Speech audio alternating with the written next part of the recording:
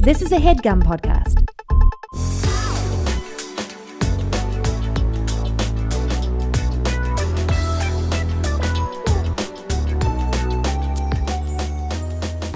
Hi, Sasheer. Hi, Nicole. How are you?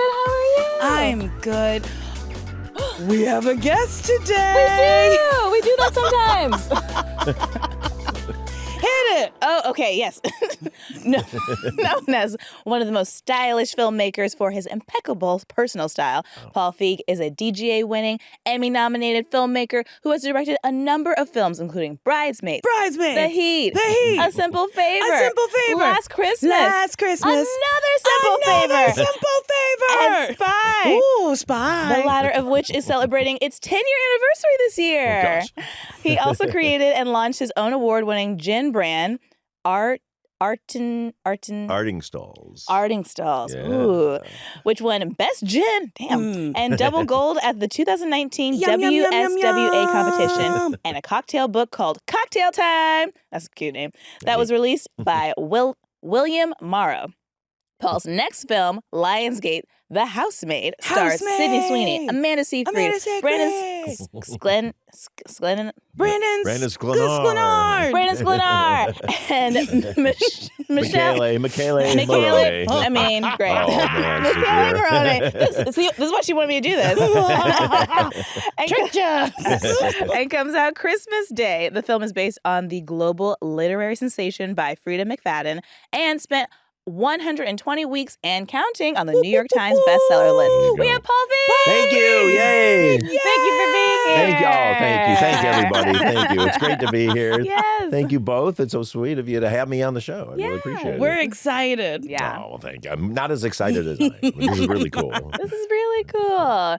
You so this is a show about friendship. Great. Excellent. I have no friends. So That can't be true. No, That it's can't not be true. Exactly. No, I have lovely friends. Yeah. I do feel like a lot of your work involves friendship, like a lot of, especially female friendship, that, as far as I can tell. Well, yeah, I mean, definitely. I love the relationship between female friends. That's why I think so many of my movies are about the bond between them and all that. Just because I grew up around a lot of girls and women. I was an only child, close to my mom. My next door neighbors were a family of 8, and 6 of those kids were girls. Oh, wow. They were my pals. So Yeah. so I just really have enjoyed, being around women who are friends. Yeah, that's really sweet. Yeah, I like the seeing complicated relationships between women too, because sometimes it's like, Yeah. very bland, or like how does this relate to a man or something like that. But I Yeah. feel like seeing a nuance on screen is like so nice. Yeah. Well, that when we did Bridesmaids, Kristen, we were all very much wanting to make sure, even though this was about kind of a rivalry between these two women, that it never devolved into catfighting and all that kind of thing, because that's so many comedies have just reduced women to that level, and it's so terrible. So see complicated 3-dimensional women on screen. That's my favorite thing. The thing I liked the most about Bridesmaids was just the evolution of an adult friendship, because it's like, oh, we knew each other at one place. Yeah. We've grown apart a little bit. I've made another friendship, and I can, have the capacity to hold both of you in the same way, but maybe one of them, Kristen's character, was like, no, I don't want that. I don't want anything to change. And I fully get that. Yeah. And I think that's why, also deeply funny, but I feel like that's why it resonated with a lot of women. No, it's funny because people refer to it as a romantic comedy. I'm like, no, it's a friendship movie. Yes. Yeah. And what I love about it, the dynamic in that movie, is everybody's got the right intentions. Like Rose Byrne's character looks at Kristen's character is kind of somebody who's holding Maya's character back, because Kristen's such a mess when we first meet her.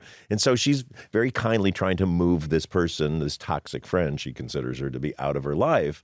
And that's a very, very resonant thing. And again, I never like to do movies where like the villain is just, he's terrible or she's terrible, and they, they're just mustache twirling. Like everyone has to have the reason why they're doing something, even they're doing something terrible. Yeah. In their head, they think they're doing the right thing. So we able to pull that off in that movie. Speaking of people doing things that are terrible, what drew you to this book and wanting to make Housemaid into?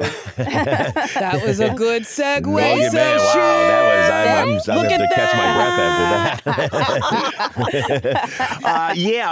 that. Again, what I loved about this book This is very different. It's a thriller, and if you know the book at all, and if you haven't read the book, see the movie first, then read the book. When you make a movie based on a book, everybody's like, I got to go read the book, and it's like, no, go because there's a lot of twists and turns in this movie, and it's more fun to experience them. Yeah. But no, I liked how this movie put these two women together, and we play with these stereotypes right up front. You go, here's the perfect rich lady housewife who's kind of, she's goofy and probably not that smart. And here's this young woman who's innocent and, probably not that strong. And here's the husband who's perfect. And then we just turn it all on its head as we go along. And I love doing that. Yeah, I didn't see the twist coming. I was like, whoa. And then it just felt like so jarring. And it's like, I don't know what to expect anymore. I don't know who to trust. See, we knocked you off your game. Yeah, it's like a twist and then a twist. And then you're like, oh my God. Yeah. I just like how we get you to root for everything you should not root for the first hour. Yeah, then I'm just like, well, now I can't trust my instincts anymore. That's right, really. And that's what movies do, Sasheer. Yeah. They help you to not trust your instincts. There we go. I'll never see a movie again. Right. Just done with movies. stay home. Yeah. I don't know if we can cut this if you don't want this in there, but I did notice there was a little cameo from you in the movie. Yes. What is that from? That's from a movie I did, my first kind of studio film I did called I Am David. It was a little drama. And the day we were supposed to shoot, we shot it in Bulgaria. Whoa. And when we were supposed to shoot, the actor who was flying in couldn't get in. And so I was like, I guess I'm doing it. So funny. Yeah. So it's a movie like no one's ever really seen. And so I like to always try to drop myself into my movie somewhere. And this seemed like, let's just put an old clip in. That's cute. I love Yeah, that. it's That's kinda so fun. Easier for me, too. Yeah. It's like it's done already. Yeah, it's already done. Already It's edited. already done. looks It's good. edited. Just throw it in there. So your first movie was a drama. And then how did you get into comedy? Because I feel like you're known for a lot of Well, comedy. I was always doing comedy. The doing that drama was sort of a ill-fated sort of attempt to be legitimate in the filmmaking world and do kind of an awards movie, which I learned a valuable lesson on that, which is don't make movies to try to win awards. Oh. Because look, I'm proud of the movie, but it was right after I did Freaks and Geeks, and so everybody wanted me to do more high school stuff, and I was like, I did it already, and so I thought this will make me really legit. And then after that, I just kept doing comedy. So, That's but interesting. I to me, every movie I do is a comedy, even if it's like a thriller. In that, I think all my comedies are actually dramas that are funny because the storyline, the characters, the arc, the importance of the story, the emotions all have to be grounded, and then you can do extreme things on top of it to make it funny. I love that. I like that too, but I do think it's interesting that you said that you made a drama to like legitimize yourself. Because it is interesting. Like the awards circuit does not Doesn't recognize reward comedy. comedies. Yeah. Did you notice But that? Exactly. comedy's It's the so worst. hard. It's so hard. To be funny is hard. Yeah, it's frustrating. But my theory on that is always great comedy looks easy. Yes. If comedy looks hard, then it's not funny. Yes. Yeah. So we have to work so hard to just kind of look like we're just breezy and doing this thing. The example I always bring up is Steve Carell never won an Emmy for The Office. I didn't know that. That's He won actually a Golden wild. Globe once, but he never won an Emmy. He always lost it to Alec Baldwin, who had this very showy kind of role. And I would ask other voters, like, why would you not vote for Steve? And they're like, well, he just shows up and he's just crazy. And it's like, that is not Steve at all. No, he that's works not so easy. hard. No, totally. So, but hey, look, if we could either have awards or people loving what we do and they go back to it over and over again and it makes them feel good, let's take the second one. That's true. I agree. I just watched The Office like 2 or 3 years ago, way after everybody else. I was like, wait a minute, you guys, this is really fun. Did you guys know? This is really Did good. anyone know? Wow. I found this new show. That's always my wife. We always know something is about to be not cool anymore because she's like, I found this singer. She's so cool. It's like, you mean that person that everybody's been listening to for 5 years? Oh, really? Funny. I'm much like your wife. I'm so late on everything. What's the latest thing that she's into? That's going to be over she's soon? really in a role model now. So if I have to hear the song Sally one more time, and I love it, but gee whiz. I love that. That's so funny. No, she came on a couple years ago and had just discovered Amy Winehouse. Oh, wow. Well, we Like, got some news for I know her. exactly. Sit down, honey. I got to tell you something. That's really funny. I really loved Freaks and Geeks too, and Thanks. binged it so fast, and then was so sad that there was no more to to watch. Yeah, we didn't make it a whole year. I know. Back in old network times when it was 22 episodes. We had 18 episodes out of that. And Yeah. very proud of it, you know. I You mean, should be. thanks. Yeah, it was a great show. Yeah, I mean, you know, it was sad that we got canceled, but at the same time, sometimes I go, maybe we were just better off being 18 episodes. That's true, because you're like, well, this was great. This Yeah. is like actually like really great work, and It didn't we jump don't the have shark or time to see anything. the decline. Yeah, we always feel like you got away with something when something works. So it's like, okay. But, you know, people over the years have always wanted us to do a new one. I'm like, I don't know, just step away. You know, people don't need more of something they love. Like, make that special. There's this whole thing, you know, Hollywood, just people in general go like, I want more. It's like, do you want more? You know, it's like when I was a magician in my childhood.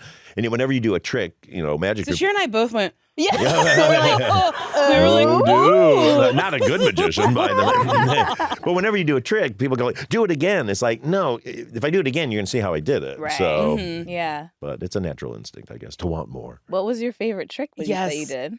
Oh, gosh, I had, the funny thing about being a magician when you're a kid is you just buy the tricks, you know, so basically, you know, you have, you know, these tubes with like the silks can come out of and, you know, rabbits that disappear in different boxes, not real rabbits, but like painted rabbits. So yeah, but I always like to try to learn how to do sleight of hand. So I could kind of do it for a while and I've sort of lost the skill, but that to me is the most pure form of magic because I have friends who are like real magicians. And if you're at a dinner table with them, they'll pull out a coin and just blow your mind for like 15 minutes. I love it. I love that. I love when people can do magic tricks, but I also really love when people can play the piano, like at a dinner party. It's like a superpower, right? Yes. Yeah. You're having like a cocktail and they're like, hey, what if I just tickle the ivories? Exactly. I'm like, please. Let's have a sing-along. tickle 'em. Here's an unexpected skill. What? I didn't know. We're just going to eat. You know Now what? we're enjoying something. What always blows my mind when people can do it is speak a second language. Yeah. I'm always like, I've tried so hard over the years to learn a second, and it doesn't go in. Our friend Mateo can speak like He's a 5. polyglot. Yeah. Polyglot, yeah. Polyglot, Yeah. yes. He knows I guess either everything. It's so nuts. your brain's wired for it or not. Yeah. Like I had 4 years of French in high school. Nothing's there. 3 years of Bonjour. German in college. Sprechen Nothing. Sie Deutsch? Exactly. Yeah. Sehr gut. See? we can say things are nice in a lot of different languages. Yeah, I studied Latin in high school, which in my mind I was like, I'm going to learn any romance language after Yeah. that. I didn't. No. I just stopped with Latin, which is a dead language, and then learned American Sign Language in college, which was cool. great. But then it's tactile, so if you don't keep up with it, you lose it. Yeah, I was gonna say. Yeah, so Yeah. Well, that's cool though. it is cool. I admire you doing Latin because that is true. Like, Yeah. But at least you like if you go to Europe now, there's certain words you can kind of figure out. That's true. I know the root word of things, but I don't know how to like speak a whole phrase. You know what? I just heard that the new iPod, you know, that Can translate. translates. Yeah. So like somebody's talking to you in a different language and it goes in your. I was like, that's crazy. That pretty is crazy. Now, when will it make it so I can speak it? So, Oh yeah, when can it come out? Yeah, of just my come out mouth? of my mouth. Exactly. When will that happen? When you get your little iPod chip? Oh no! Oh boy, no, They're coming. no, the Tesla chip or Yeah, whatever. oh gosh. I do have a question. So you worked as a tour guide for Universal Studios after first moving to LA. I did. I know. Back in 1981. So way before Did you they guys have were the born. tram? Exactly. Oh yeah, we had the tram and Jaws was there, the Jaws Lake thing, and but it was not what it is today. If you go there now, it's all these special effects and all this stuff. It was pretty rudimentary. And I was working there. It was 81. It was one of the hottest summers on record. And when you were in those old trams, you were sitting right next to the engine, and it was so hot. Oh gosh. And it was kind of miserable. But it was also I was becoming a stand-up at that point. And so it was great training to just be on a mic every day in front of different crowds. So that was fun. That is fun. Yeah. Were you always a very performative person, even when you were younger? Yeah. When I was 5 years old, I decided I wanted to become an actor and a comedy guy and all that. Yeah, I just always loved it. And my mom she loved showbiz. I grew up in Detroit, but she just loved watching funny movies and all that. So, and then my dad was a really good raconteur. He could tell jokes like nobody else could, like those kind of long story jokes that normally people start telling me you want to kill yourself. It's like, oh boy, here it comes. But he could just do it where you would kind of laugh the whole way through.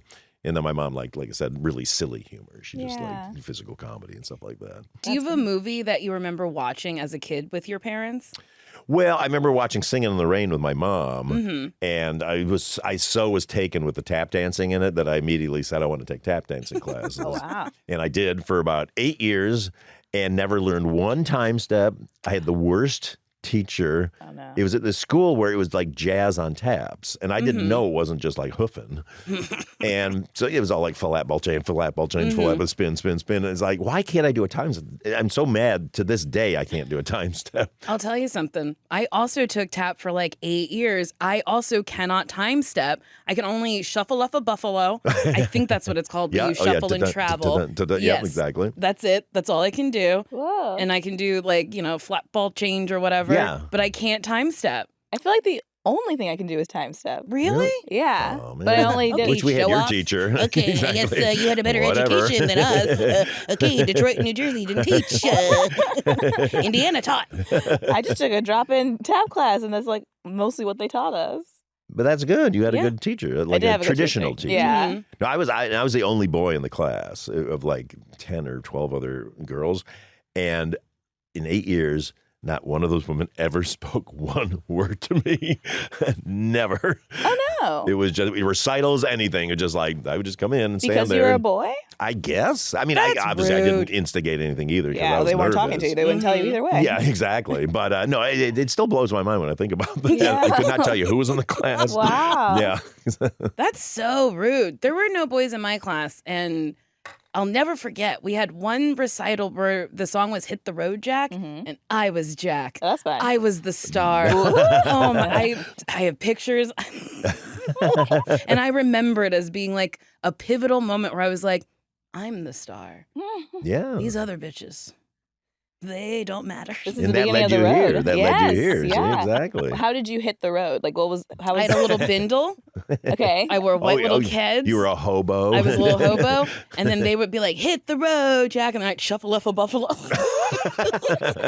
Please tell me there's tapes of this. Yeah. No, I wish there was. Oh, My no. dad bought one of those camcorders, and then it just lived in the closet. So there's no footage of me young and adorable. Oh, Well, Just they were so pictures. gigantic back then, too. I So bought one I of know you those. can bring them. When I was So doing big. stand-up, I got one of those, and I would bring it to the club and try to set it up, and like it was so big. First of all, I remember some famous comedians who I won't name were like, "You can't tape my act." I was like, "I don't want to tape your act. I'm trying to tape my Right, act." yeah. Exactly. But everybody got mad. I have to set this up 30 minutes before I go on stage. Yeah, It's exactly. So many parts. Is it rolling? How long did you do stand up? I did it professionally for 5 years. And really loved it. And then immediately when I decided I didn't like it anymore, I got out because I knew so many people who stayed in Yeah. and just got angrier and mean to the audience. And it's just like, ugh. So, but it was fun doing it. Which city did you do it in? I was mostly West Coast. Okay, nice. Yeah. So I started when I was 15 years old in Detroit. I was terrible, and I was so young. My parents had to take me to the comedy clubs because you Yeah, couldn't get in otherwise. But then when I got out here, I went pretty hardcore at it, and but all up and down the West Coast. I never became an East Coast guy for some reason. There was a couple of like bookers who would have me all up and down. But it's fun, That is a thing about stand up, though. You have to find the joy over and over and over again. I've done shows where I'm like, I'm being mean. Yeah, that's right. I'm doing crowd work and I'm being mean. You're like, I'm mad at you guys for being here. Yeah, it's totally. like, what am I doing? Yeah. Gotta find the joy right here in the moment. Mhm. Yeah. No, that's the worst when I would watch these guys just get mean with the audience. My favorite thing was always when they tell a joke and it wouldn't land. They go this, those over their head. I'm like, no, it's this. No. They got it and they didn't like it. They didn't think it was funny. Oh, no. They just They didn't want- got it. Yeah. They don't didn't like want you. what you're serving. They don't think you're funny, and I don't either. Real quick, we do have to take a break. Let's take What? a break. What's the best way to spread holiday cheer? A gift from Aura Frame and keep family near. My favorite holiday tradition is drinking hot cocoa, and I started it because I'm a trailblazer, and it's been going on for 15 years, which is almost half of my life, and I have tons of photos of it. And it's the one photo that makes me instantly feel like Christmas is here. So guess what? Unlimited free photos and videos if you just download the Aura app and connect to Wi-Fi. Preload photos before it ships. Keep adding from anywhere, anytime. You can't wrap togetherness, but you can frame it. For a limited time, save on the perfect gift by visiting auraframes.com to get $35 off Aura's best-selling Carver Matte Frames, named #1 by Wirecutter, by using promo code BESTFRIENDS at the checkout. That's AURA frames.com, promo code BESTFRIENDS. This deal is exclusive to listeners, and Frames sell out fast. So order yours now to get it in time for the holidays. Support the show by mentioning us at the checkout. Terms and conditions apply. Happy holidays from Best Friends. Okay, so my holiday shopping is almost done, but I'm not gonna lie, I'm sweating a little bit. I have one name left on my list, one left to cross off, and it's the same one I have every year. My grandfather. He's the oh, don't get me anything type. So every year I panic and buy him golf balls. Just a bunch of golf balls. I don't even know if he loses that many golf balls. But this year I have hope. Macy's Great Gift Sale is happening right now. They have 10 days of curated gifts for every type of person, including your own personal don't get me anything nemesis. And things are up to 60% off, which is very satisfying for those of us who love both giving and saving. Forget the golf balls. This year, I'm getting him an espresso on sale. He's gonna love it almost as much as I loved getting it for him. The best part is, even though we're a bit down to the wire, don't worry. I'm there with you. Macy's has same-day delivery and buy online, pickup in store. Which means this is the moment. I'm taking out my pen, I'm crossing off my grandpa's name, and boom, wow, I feel a rush. Whoa, we're back. Oh my goodness, we're back. Oh, what a break. Oh my gosh. How old were you when you started actually working for TV? Well, I transitioned out of stand-up into being an actor in television. So that was around 1990. So I was probably, in my mid-20s. And kind of lucked into some nice roles. The first big one for me was on it. Gary Shandling had a show called It's Gary Shandling Show before the Larry David Show or Larry Sanders Show. And I got to be like a guest star on that they turned into like a recurring. And that was really cool. Yeah. My first job was on Facts of Life, though. That's cool. I played a nerd. That's I played cool. a nerd. And when I say I played a nerd, I mean a propeller beanie. Wow. Cat. Yeah. You'll love to see it. There you go. Oh, that's See? such Show, a don't funny tell. Wasn't that great? stereotype. Yeah, I know. Because I don't think I've ever seen anyone in the wild in being real like, life. third. Yeah. Oh, totally. It's like, really? Even if at your first job, you kind of just want to do what they say, but it's like, really? Is that your image of nerds? 'Cause Seems a little over the top. Definitely. yeah, but that was, that was my, I'll tell you the worst story about that, though. It was an episode called The Ratings Game. And this was back when, like, it became popular to be like, he was a 1, he's a 10, he's a 8, or whatever. And so, they have the warm-ups between scenes. So me and this other poor guy who was playing the other nerd are standing there, and the woman, it was a party with all these hot guys there. And so she goes, all right, hey, everybody in the audience, let's rate these guys, shall we? And I was like, I'm out of here. And I walked off the set because I'm like, I see where this is going. Hot guy. What about him? He's a 2. Ha, ha, ha. So, that sucks. I was like, let me out of here. I'd leave too. I'd be like, I don't want to be rated. Not today. Yeah, Not please. today. Like, I'm already an Wherever. actor. I'm Yes. already like Yeah, it's not bad desperate enough. for approval. Like. Right, exactly. In front of an audience? No, Yeah, I'm going to get out of here. I have a question about directing. I feel like directing there's so much details and whatnot. Like, I've been in production meetings where they're like, what fork should we use? Oh, God. Yeah. That's my whole life. How do you deal with that? Or is that something you enjoy? Well, I mean, I understand it because anybody who makes a decision, and if I come on and go like, why is that here? Then they're in trouble. They think they get fired or whatever. So And I do want to micromanage stuff, but there are things like you're like, I don't care about that. But if you say that, then they'll, just make a bunch of decisions you don't want. But it does that's the assault, and it's your poor spouse basically, because you're just inundated with questions. So the minute you come home and like, hey, how's your day? It's like, don't ask me anything. Yeah. Please don't make me answer any questions. But it's fine. I love it. I mean, it's so funny because most people don't know what a director does. Like I had people, they knew I directed The Office. Like, oh, have you met Steve Carell? It's like, yeah, I think I met him. That's a wild question. Like, you wouldn't be on set. Right, exactly. nuts. Or they're like, are you involved in the casting? Are you involved in the editing? Yes, we do everything. All of it, yeah. But I love it. It's I don't miss acting just because I like making other people look good. It's really fun. And to tell a fun story is really cool. Yeah. Was there a director you looked up to as you were coming up? That's Yeah. Nicely done. I mean, there's old directors that I really was a fan of. Howard Hawks was an old director from the 30s and 40s, and he did a lot of screwball comedies, but he also did like gangster movies and did westerns. And I was like, that's cool. Like, I like the idea of not getting stuck in one genre. So I really loved him. I like Blake Edwards, who did like the Pink Panther movies and all those comedies. And just I don't know. I had a lot of influences, but I was really influenced by like comedies that I would see, And I loved all the old. I mean, from Three Stooges to Marx Brothers and Laurel and Hardy and all that old kind of stuff. And then a lot of television really influenced me. Growing up, a lot of sitcoms I just thought were really fun. All the Norman Lear shows were really great. But yeah, I just a big consumer of comedy back then. I think that's what helps. I think a lot of comedians like get the urge to do it because they're just a fan of it. Yeah. Yeah. We started to go like, oh, I think I could do that. Yeah. But it's interesting how you find your voice, especially as a stand-up.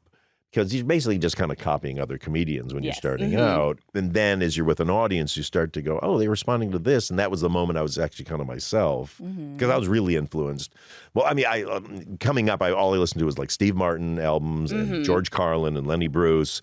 But then when I was doing stand-up, I got really influenced by Richard Lewis, who I just thought he had the same kind of cadence as the way I talk. And I liked the way he processed the world. And so started out kind of copying his thing and then slipped into my own thing. But, it's not bad as long as nobody accuses you of stealing from somebody. Well, I do think that's interesting that a lot of people don't talk about, because when you first start out, how do you do it? Yeah. I think it's like, you just borrow from people until you figure out your voice. Yeah, 100%. Right? I think so. Yeah, because I guess there are stand-up classes. I don't know if there have always been stand-up classes, but you kind of need to just do it. Yeah, you just got to throw yourself into the fire. Yeah, and you probably will mimic someone until you're like, oh, actually, this is what I like. This is my voice. Yeah. This is how I present. Although a few years ago, I got taken to a comedy festival down south somewhere that Lewis Black was doing, and he invited me down, and there was this thing of like, okay, all these new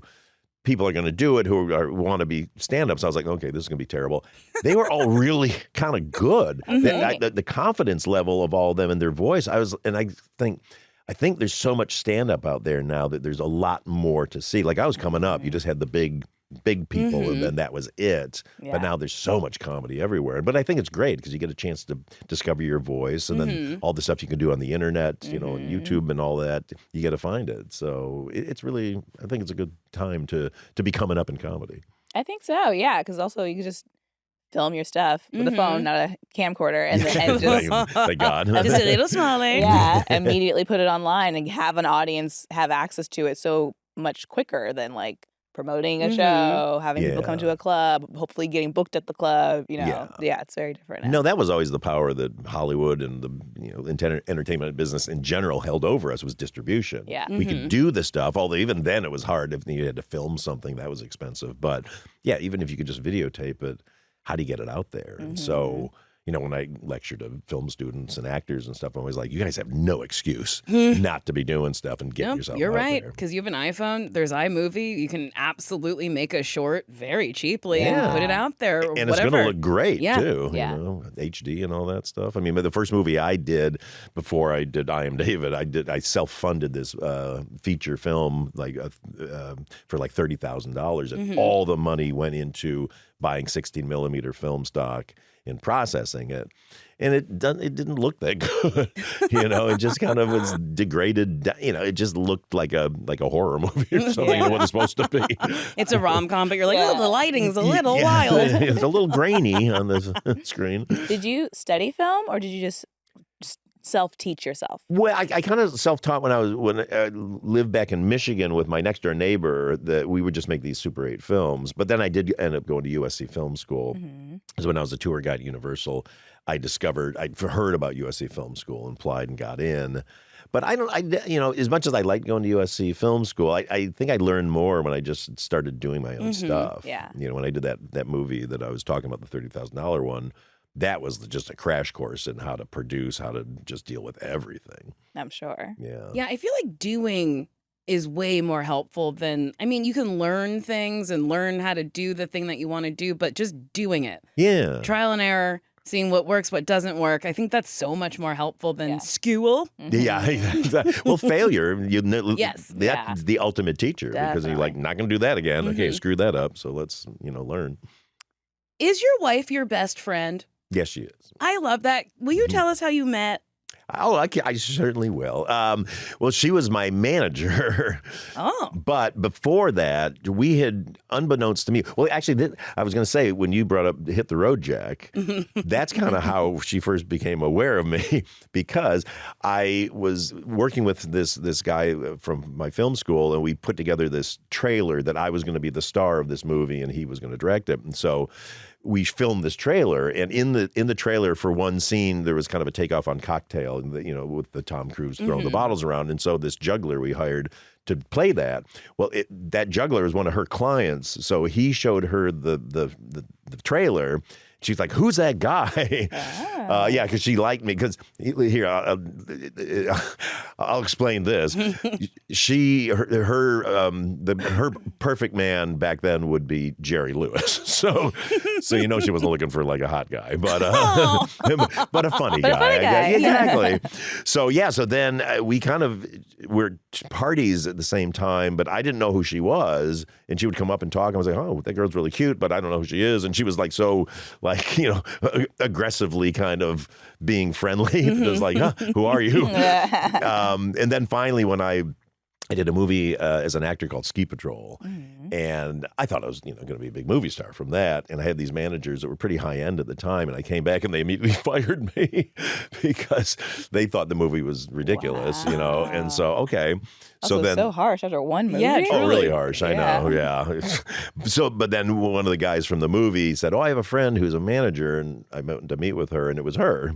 And so she managed me for about 2 weeks, and then we fell in love. Aww. And she continued to manage me for 4 years after that, but we didn't tell anybody. Ooh. So we were top secret. Scandalous. Scandal, I know. And now we've been married. We've been together for 35 years, married for 31 years. Wow. Yeah. That's so wonderful. I love Yeah, that. she's great. That's such a long time. I know. It really is. Also, you must work well together because I feel like it's tricky sometimes to be in a partnership with someone, like a romantic partnership with somebody, and also work with them. Well, yeah, that's what I always say is I fired her and proposed to her on the same day. Because it's kind of like I don't bad think news and good news. Yeah, exactly. Guess what? Your commission just went up. But no, she's great, and honestly, because before that I was only in a couple of relationships before that, and they're both with fellow actors, and it was too hard because we're in you're in competition. Yes. So if I'd come home and say, "Oh, I got this job," then suddenly she'd be like, "Oh, you're cooler than me." It's like, oh, so you had to hide stuff. But having your manager become your wife, we're both going for the same goal, Yeah. which is to make me Get you a successful. job. Exactly. Yeah, you a job. So it works So- out perfect for a guy with a big ego. And she's in the business, but not doing exactly what you're doing, which is really nice. Yeah, like exactly. she gets it, but not. Totally. Yeah, not competition, I guess. Yeah. So that kind of it's the greatest. If you marry your rep, it'll be great. You heard it here first. Do you share movies with her before they're absolutely finished? Does she give you notes and stuff, or? Well, I share the script with her once I'm happy with it, or if it's a project I'm considering, because she's really populist. She's got a real populist taste, which you need because I don't want to make movies that people aren't going to see, or the prestige films. I have no interest in doing that. But then once I have it, I make her wait until I've got a cut that I'm really happy with, and then I'll bring her to a test screening so she can see it with a big audience. Because I'm really about fresh eyes. Like, somebody knows something then, but like somebody who doesn't know anything about it or very little, you're going to get a pure response out of it. Yeah. Has she ever given a thought on something that actually made you change something? All the time. Yeah, definitely. Especially in the, trying to figure out what project to do next or even casting things. I'm like, I'm thinking of this person. Like, no, not that person. What about somebody like this? Like, oh, that's a better idea. Yeah. That's great. And it's good to have an outside perspective too. Because like you said, she's a consumer. Yeah. And you want somebody's opinion who's like, yeah, actually, I want to watch this kind of movie. Yeah, because she doesn't want to watch any heady movies or anything like that. Not that she's not smart, but it just kind of she goes, that's my relaxation is watching stuff, and I love that, because there's certain projects you sometimes get all like, oh, this will be so we'll win awards again. Back to the awards thing, like don't do it. Obviously, Bridesmaids got nominated for 2 Oscars. Do you think any of us thought we were going to get 2 Oscars for a movie where somebody shits in the sink? No. That's why it got nominated. There you go. See, exactly. That scene truly is so funny. And it is a scene about shitting, but it's like not nasty. Well, the reason that scene is funny is because Kristen screws up. She's trying to compete with a richer person, takes them to a restaurant and passing it off as a great restaurant as a shitty restaurant. And everybody gets food poisoning from it. And it's her not admitting that everything's going wrong. So it's the comedy is her going, nobody's sick. I think everybody's fine. Cut to throwing up all over the place. But that's why I think it works really well. It's so funny. Test screenings. I don't know anything about them. What's the dumbest thing you've heard from a person at a test screening? Oh, my God. Well, here's the thing with test screenings. They used to always be, they would hand out pieces of paper and people would write on them. Now they hand out like phones and you go electronically. And I hate that because I used to love getting the written thing because you see, depending on the person's handwriting, whether do I take this seriously or not. Some people literally, it's like a caveman is just like scrawling on this thing. No, my favorite thing was when I did a test screening for this movie. It was a family film called Unaccompanied Minors. And it was a bunch of kids trapped in an airport over Christmas. And going through the things, one was from like 8-year-old boy said, the only thing it said was, it was gay. It's like, all right, there you go. Thank you, 8-year-old boy, who probably would have beat me up when I was a kid. Yeah, it's not for you, actually. Yeah, exactly. That's so... It was gay. That was gay. Got it. Exactly. Here you Nailed go. it. That's so funny.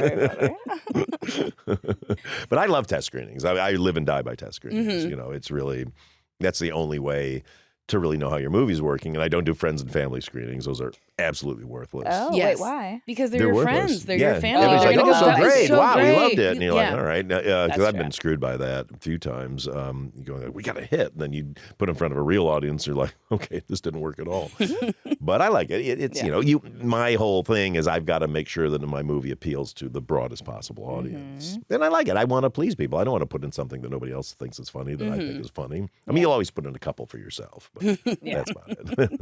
Have you ever snuck into a theater of just like people watching your movie just to see how they would react? Yeah, well, that's my favorite thing about movies is the opening weekend. Yeah. We'll drive around and like, this is my movie. Can I go in and come into the back? And sometimes it's terrible. You walk in and there's nobody here, like 3 people. And but that was the most exciting thing with Bridesmaids was because we were predicted not to do well. And Wait, really? Oh, yeah, all the predictions. And even that morning of the tracking, and they did a midnight screening the night before that didn't do well at all because, like, of course, who's going to go to wedding movie at midnight on a Thursday? And then as the day went on, suddenly we were going up and up and up. And Melissa McCarthy and her husband Ben were at our house having dinner. And I'm getting these texts. I go like, we're going to the ArcLight. And so we go and sneak in the back, and the place is just packed and rocking. And that was really cool. That is really cool. Yeah. And that's why I'm so happy that this new movie, The Housemaid, is in theaters, because my last 3 movies have been streamers. And it's just, you miss that fun, you know. You can't go around. I can just go stalk people's houses. Like, are they watching? You're just in someone's closet, like, do you like it? Sasheer's heard me say this so many times. I really do think there is something magical about watching a movie on a big screen with a bunch of strangers. Totally. And like there's community and like you're all laughing, and I just think it amplifies what you're watching in a really beautiful way. Well, it's also why I always say this is why you love certain movies and you watch them over and over again, because you have that one experience and that is implanted in your brain. You not only do you hear the movie, you hear the laughter that you heard when you first saw it. And that's why it's so much harder to get a comedy going on a streamer or to get people to love it, because they're not having that same experience. Yeah, I agree. Or like a thriller and like seeing something scary, like in complete darkness. Yes. It's Yeah. like, yeah, Totally. I feel like everything's is amplified in a theater than just like on your laptop or And on also, your you're couch. just distracted at home. You can escape. truly, Like all about movie theaters, you can't get out. You can, but then you're really like making a big move to leave. You know, but we have you. And when putting, the streamers that I did, the movies, it was you have to grab the audience in 30 seconds, Yes. or they could turn it off. Yeah. So you don't. I like starting a movie really big, but at the same time, takes some, 5 minutes for people to get into the characters and all that. And so with a movie, at least we have you trapped for, look, if you're like just hate the movie so much, you'll leave after 10 minutes. But you still give us 10 minutes. And so that's really nice. Yeah, I saw Spy in theaters, and that was so fun. So much fun. Also, Jason Statham. Oh, the best. What a dream. He is. I love that He's guy. so funny. He really is. What was it like working with Jason Statham? I love him so much. He's the best. I love Statham so much because my wife and I were such giant Statham fans. We watched every movie he did, no matter how good or bad it was. 'Cause he's so good always. And I was like, maybe I'll try to get a general meeting with him, because you can do that as a director. I'm like, hey, a movie star can come to see me. And so I lined it up, but then I was really nervous because, like, I don't know. I've seen him. He's so tough and all that. So I'm like, is he going to be mean to me? Is he going to beat me up? Like, what's it? And so they're like, It'd be so funny if he came in and was like, bop, bop, bop, bop. It's all real. Yeah, I would I'm not playing character. What are you looking at? Oh my God. Would be kind of cool to get beaten up by Jason Statham, I gotta say. You're going to get beaten up by anybody.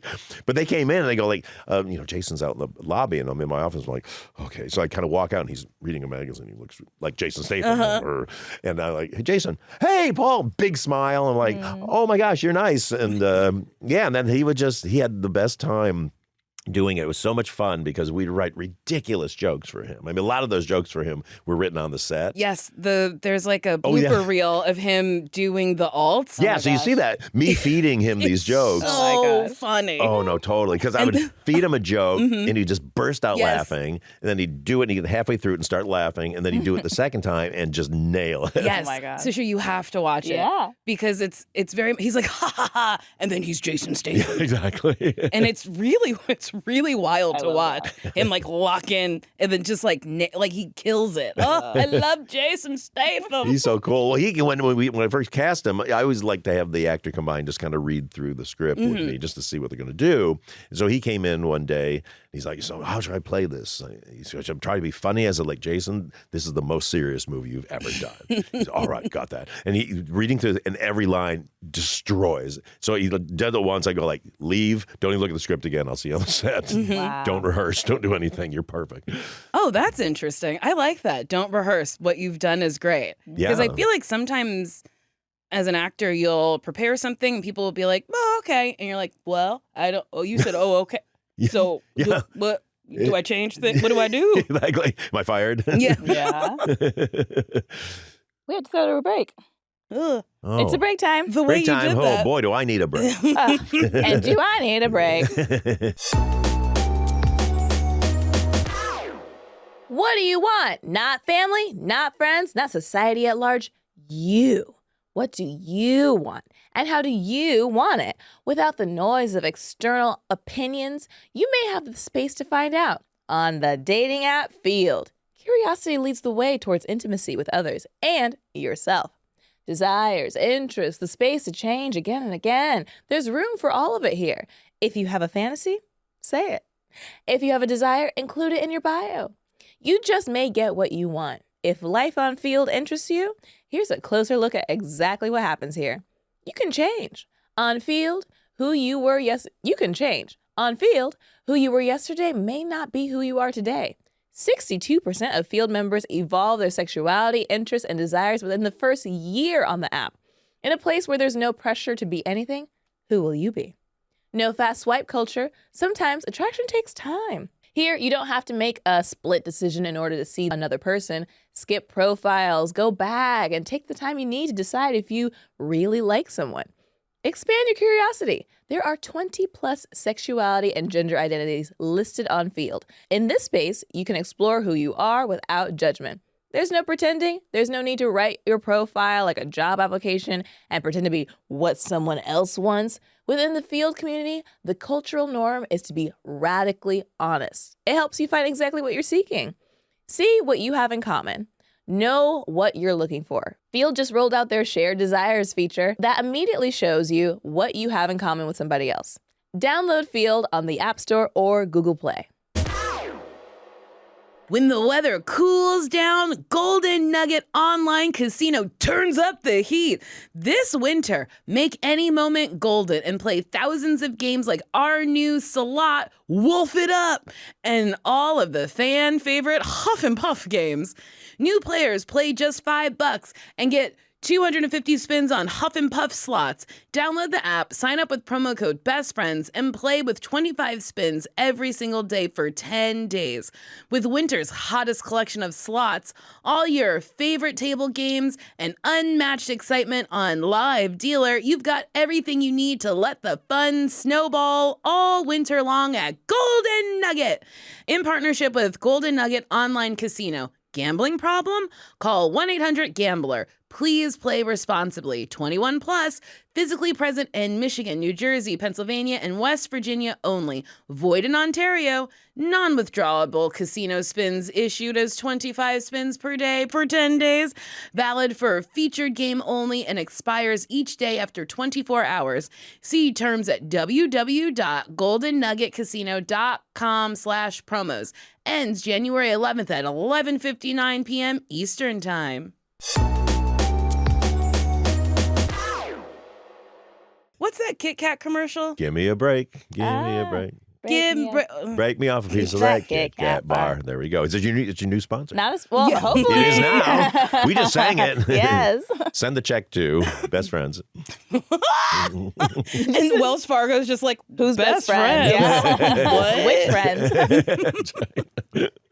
So you've gotten to work with Melissa McCarthy a lot. What's that like? She seems like fun. She's this is great. A terrible question. Is that fun for you? Good. It's like a junket question. Exactly. God. It really is. There's no thought. No, but she's great. I really love Melissa. You know, being all comedy people like we are, when you find somebody who has the same sense of humor that you do, it's like a gold mine. And we're just so in sync with, we did 4 movies in a row together. And yeah, we just kind of read each other's minds and kind of go like, we don't want to do that. That's too much, but try this. And, and then she'd surprise me with a joke and I'd surprise her with stuff. And it was really fun. It was very nice, fluid working environment. And you mentioned earlier that you were getting dinner with her. Are you guys like actually friends outside of work too? Yeah, we're pals. I mean, I haven't seen her a lot recently because she's off working and I'm off working, but we keep in touch all the time. Yeah, started to send each other birthday gifts and stuff like that. That's sweet. That is sweet. How do you stay connected to your friends as a person who works so much? It's hard. I mean, I think like all of us, you start with a lot of friends and then you weed it down. And now I'm 63, so we've weeded our friend down to a pretty core group of about 8 people, I would dare say. Honestly, that's a good number. It's kind of great, because we just there's nobody you don't look forward to seeing, and that's always the worst when it's kind of like, do we have to see this person? Right. So everything's relaxation with that way. So yeah, but we have great friends and we're all very geographically across LA. So nobody lives close to anybody else. So it's always, the friendship's strong. You go, sure, I'll drive all the way over there. I'll drive That's to the true. west side. When I moved from New York to LA, Nicole was already living here for a few years, and she was like, if you live more than 20 minutes from me, I will not see you. And so I literally looked in places like 20 minutes around her. That's hilarious. And I did that. There you go. There you And go. I really appreciate that. Thank Oh. you so much. Isn't that nice? And now you live at max distance. If you go any I know. further, my God, friend. You're right on the board. My God. I'm on the edge. You have one of those things that draws a circle and you put a map down just here within this. Yeah, like I'm okay in And this if you area. Go away. You're right, a block outside. Goodbye. At a dinner party, what are you serving? If I'm cooking, you're saying? Mm-hmm. If I'm cooking, I'll do a roast chicken usually. Ooh. I know, which is really good. I'll do risotto. I'm very good. Oh, Risotto. I do Risotto. like a risotto. Yeah. I'm the guy that stands there and stirs it for 45 minutes straight. Someone's got to do it. Yeah, exactly. And I'll roast vegetables, that kind of thing. But I try to be healthy and but one of my best friends he's like a gourmet chef. Mhm. And so when you go to his house, I mean, he cooks for days and all these things he's prepared. There's a million different dishes. I'm like, okay. We used to be in competition, and then I was like, You're like, you you win. I'm win. done. Yeah. You're getting the roast chicken every time you go over. Oh, that's so nice. One New Year's Eve, I made finger food, which was mac and cheese and lasagna, and everyone was like, "What fingers? What are you talking?" Technically, we could do you with totally- user fingers. You don't Right. want to. I don't know why I told everyone it was finger food. I don't either. Well, yeah, I mean, you hold a fork with your fingers, I guess. Yeah, there you go. That's right. Fingers are involved. Yeah. I kept saying, I was like, finger food will be there. Finger food. But I found the way to make people really happy at a dinner party is to serve stuff you don't normally get to eat, like hamburgers and hot dogs and stuff like that. Yeah. Yeah. One of my friends who's in the business too, occasionally we get to dinner, go out, and he goes like, let's eat like we're not in showbiz tonight. And you totally get that. Like, Yeah. you always have to be all healthy and stuff. Like, let's just eat something shitty. And I love that. That is nice. That's what I Yeah. That's a did. little treat. Mac and cheese and lasagna. Finger food. Can't, great. can't go wrong. That's right. Who's the friend that you've had for the longest?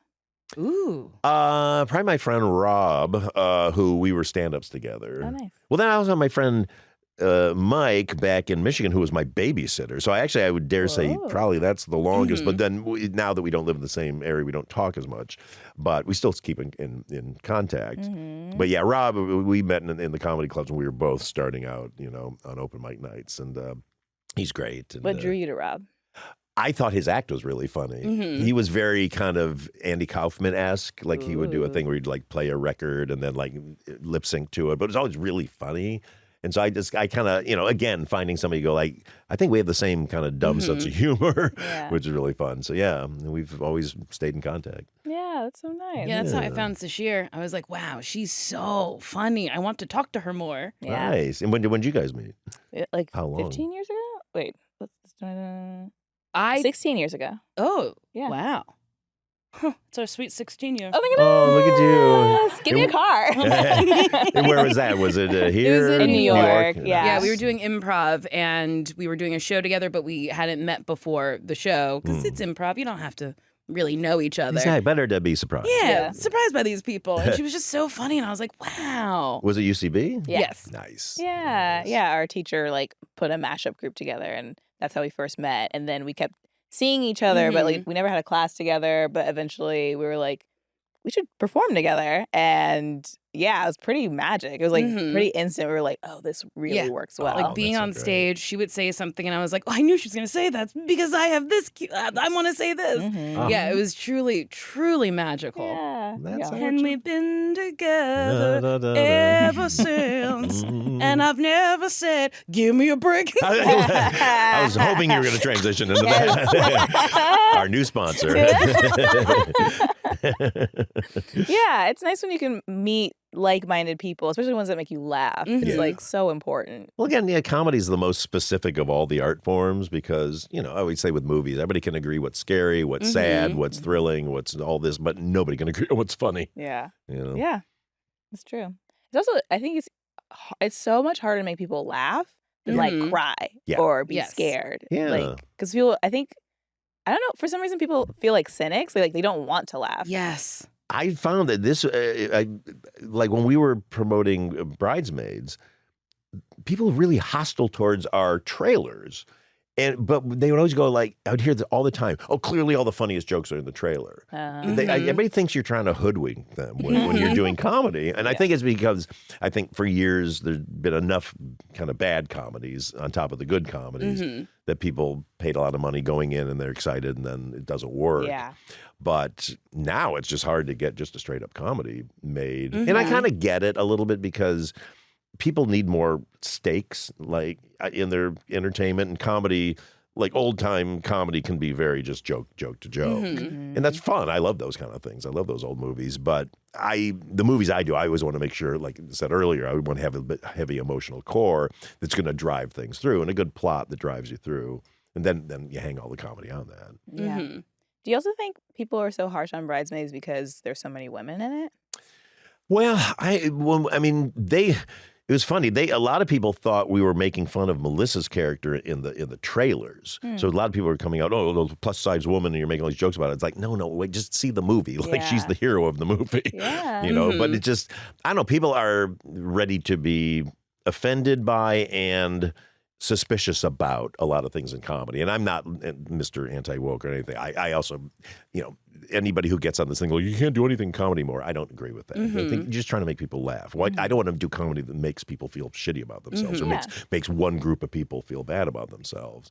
But, it's just, I think people are just on edge a lot lately. Yeah, I think so too. Yeah. And sometimes when I'm like doing shows, or sometimes when I like go to a movie and I'm laughing at things and people aren't, because I think people go to see things and they're like, yeah, totally. Make me laugh. Yeah. And it's like, maybe if you just had a nice time and were open to things being funny, you'll have a nice time and you will laugh. Yeah. But that's exactly it. It's why you have to make sure that do test screenings and make sure all the jokes in your movie are good. Because my editor who did Bridesmaids had this thing he called the angry villagers syndrome, and it's basically people, we like to assume, okay, people are coming in like, okay, let's see this, but they're kind of, I want to have a good time. And so the first joke comes, you go like, that's not that funny, but okay, maybe the next joke will be funny. And then the next one's not that great. And you add up enough of those and then they want to burn the village down, So that's why you have to make sure that it's all really good. But yeah, people, I find that.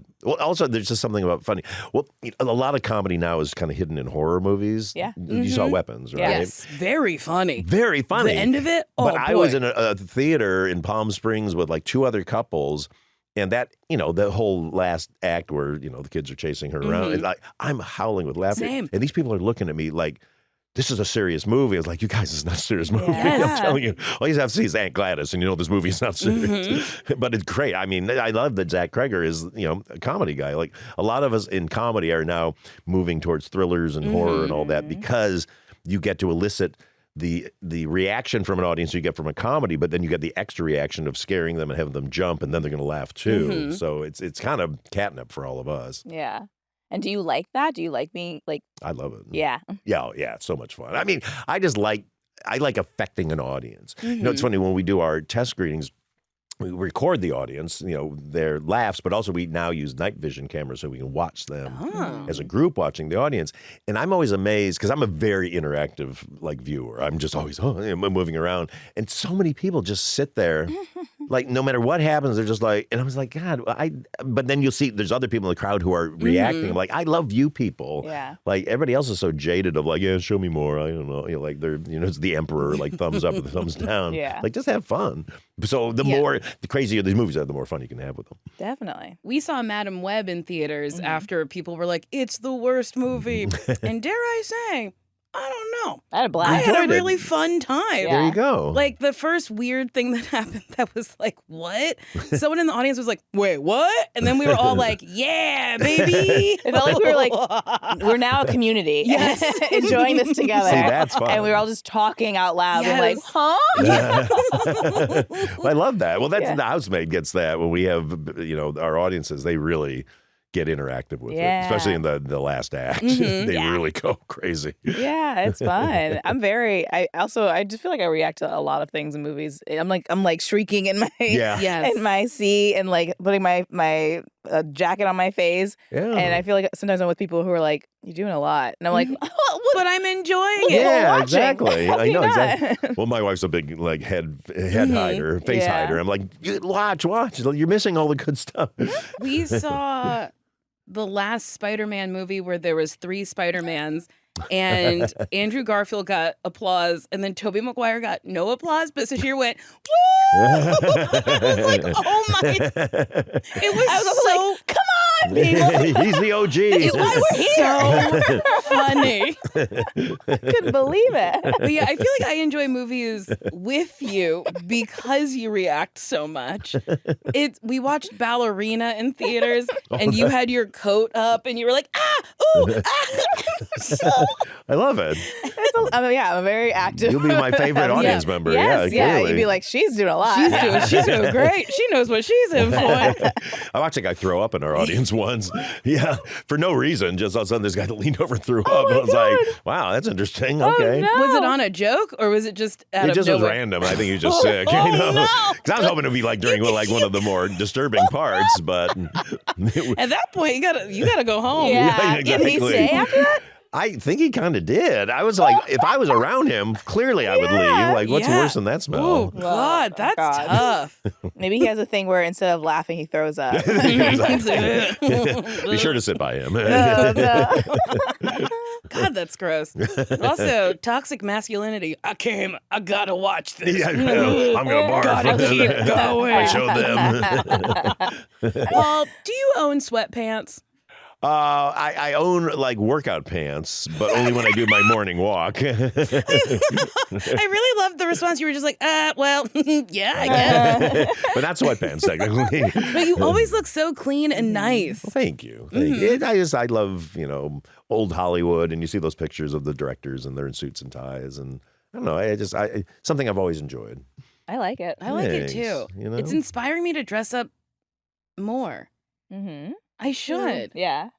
I always wear a striped shirt and jeans. You look great. that. No. That's your style. Yeah. Oh, yeah. Have your style, your Exactly. style. I was like, oh, yeah, you can have personal style and it can be different than other people. Oh, my God. I would dress up for tests in college because I would be like, if I fail, I'm gonna look at least I look good doing it. And it That's does kind of very put you in a funny. different mentality of like, okay, like I'm prepared, like Mhm. not just like mentally, but also like physically. I feel more prepared Yeah. when I'm like put together. And when you say dress up, I'm envisioning you in like a pencil skirt and a blazer. No, not like that. Oh. I guess like maybe like a button down and like nice pants or like or a nice yeah. skirt or something. But I like this. Yeah. That's funny. Yeah. Well, true. It focuses you. I mean, as a director too. I like the ritual of getting up in the morning, putting on a suit. If I rolled out of bed into sweatpants and onto the set, I'd be like, "Hey, what's going on, man?" Like not focused. And Yeah. there is something about that. And also for me, I'm in charge of a lot of people, so it feels disrespectful for me to show up, dressed like garbage. So because I always say, like, if I got onto a ship and the captain was wearing sweatpants, I'd get off the ship. So. Truly, yeah. I mean, I yeah, didn't it's, think of that. it's also a top-down thing. People see you showing up ready to work. They're like, Yeah. okay, we are also ready to work. Yeah, and they really respect it. I have all these crew guys come by, hey, man, I think it's great that you always dress up for us and stuff. So it's nice. That is really nice. Yeah, that is nice. I like that. Yeah. Step it up, everybody. Yeah, everybody. Step it up. Step it up. Marry your reps. Marry your reps, dress up. Get represented by Kit Kat. Well, this was really lovely. This was nice. Thank you so much for coming. Thank you for having me on. It's so much fun. I love seeing so you much- guys. Yeah, I love seeing you too. And your movie's so great. I really was you. shocked at every turn, and I can't wait to also see it in theaters and hear Yes. everybody else being like, like all the Yes. gaps and everything. Yeah, you'll react a lot. I will react a lot. Yes. And I feel like you react on second viewings of things too. I do. And that's even fun. though I know it's coming. That's fun. I like It's that. even better.